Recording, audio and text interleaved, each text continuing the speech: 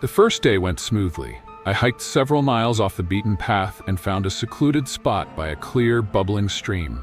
The tall trees cast long shadows, and the air was thick with the smell of pine and damp earth. After setting up my tent, I spent the evening listening to the sounds of the forest as the sun set behind the trees. It was peaceful, almost too peaceful. The next day, I explored the area, climbed a few rocky hills, and took some photos of the breathtaking views. By the time I got back to camp, the sun was already setting, and the forest had begun its transformation into an entirely different world. That night, I lay in my tent, staring up at the fabric ceiling as I listened to the stream outside.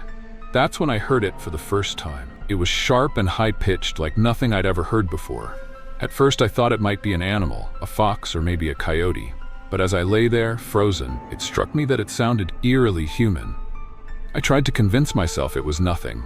I even chuckled nervously, thinking I was being paranoid. But as I tried to drift off to sleep, the scream came again. Louder this time, and closer. My heart was racing, but I needed to know what it was. I grabbed my flashlight, unzipped the tent, and stepped outside. The air was cold and still.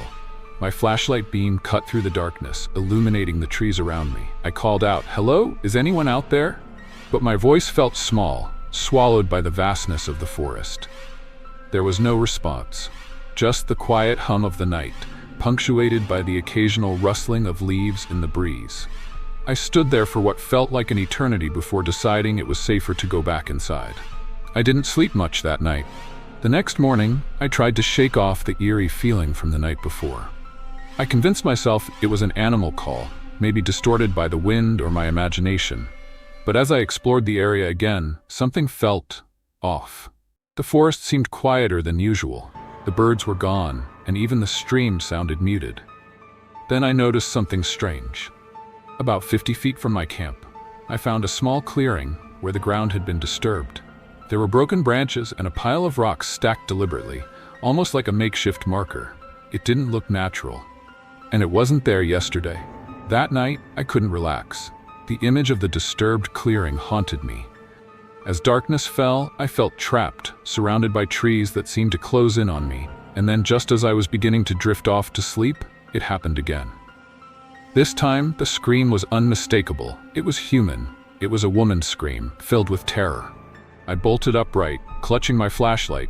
My hands were shaking as I unzipped the tent and shined the beam into the woods. "Hello? Are you okay?" I yelled, but there was no response. I stood there scanning the trees when I heard something even more terrifying. Footsteps. Slow, deliberate footsteps crunching through the leaves, circling my camp. I couldn't see anything, but I could hear it. Someone, or something, walking just beyond the reach of my flashlight. I was frozen in place, gripping the flashlight like it was the only thing keeping me alive. The footsteps stopped, but the silence was worse. Then, out of nowhere, I heard it again, the scream, coming from directly behind me. I spun around, but there was nothing there. My flashlight flickered, and I felt this overwhelming sense of dread, like I was being watched. That's when I saw it, a shadowy figure standing just at the edge of the clearing. It didn't move, didn't make a sound, but I could feel its eyes on me. I don't know how long I stood there, staring at that thing. But when I finally gathered the courage to move, I ran. I didn't pack up my gear, didn't care about my tent. I just ran as fast as I could, following the stream until I found the dirt road I'd come in on. I never went back for my tent or my gear. To this day, I don't know what I encountered in those woods. Maybe it was just my imagination running wild, but deep down, I know it wasn't. Something or someone was out there, and they wanted me to know it. The hike-in was uneventful. We followed a rough map we'd found online, crossing streams and climbing over fallen logs. By the time we reached a clearing, the sun was low in the sky and we decided to set up camp. It was perfect. Flat ground, a fire pit we could dig out, and plenty of firewood nearby. That first night, we sat around the fire telling stories and laughing. It was peaceful.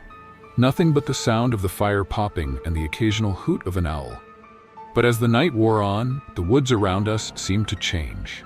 The laughter died down, and we noticed how quiet it had become.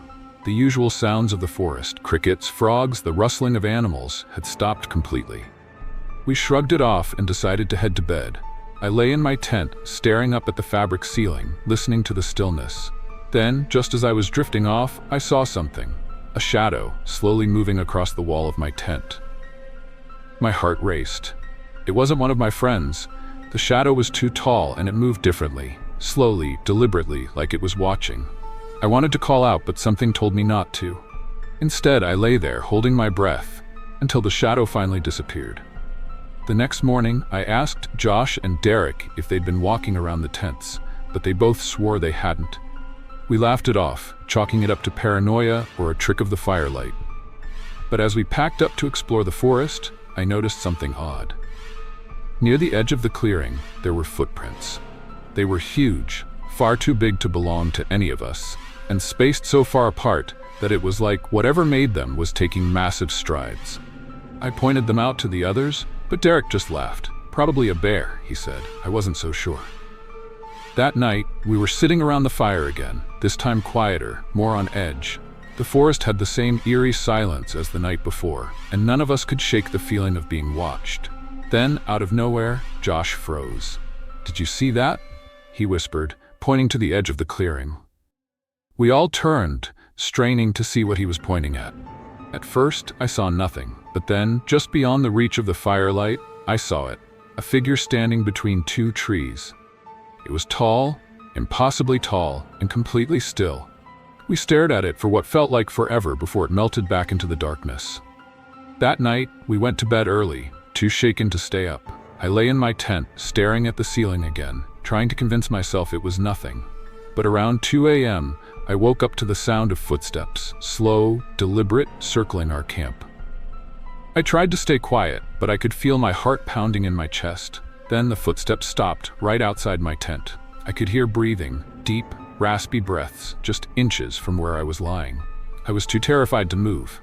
Then slowly, something pressed against the side of my tent. It was a hand, a massive hand with long fingers dragging across the fabric. I wanted to scream, but no sound came out. The next thing I remember was Josh shouting from his tent, "Hey, who's out there?" His voice seemed to snap me out of my paralysis, and I scrambled out of my tent, clutching my flashlight.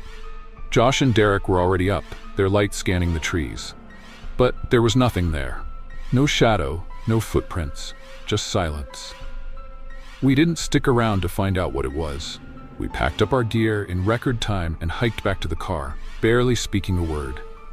To this day, I don't know what we saw or what was watching us, but I haven't been camping since. Sometimes I think about going back to that spot just to prove to myself that it was nothing. But then I remember the shadow, the breathing, and the feeling of that hand on my tent, and I know I'll never go back.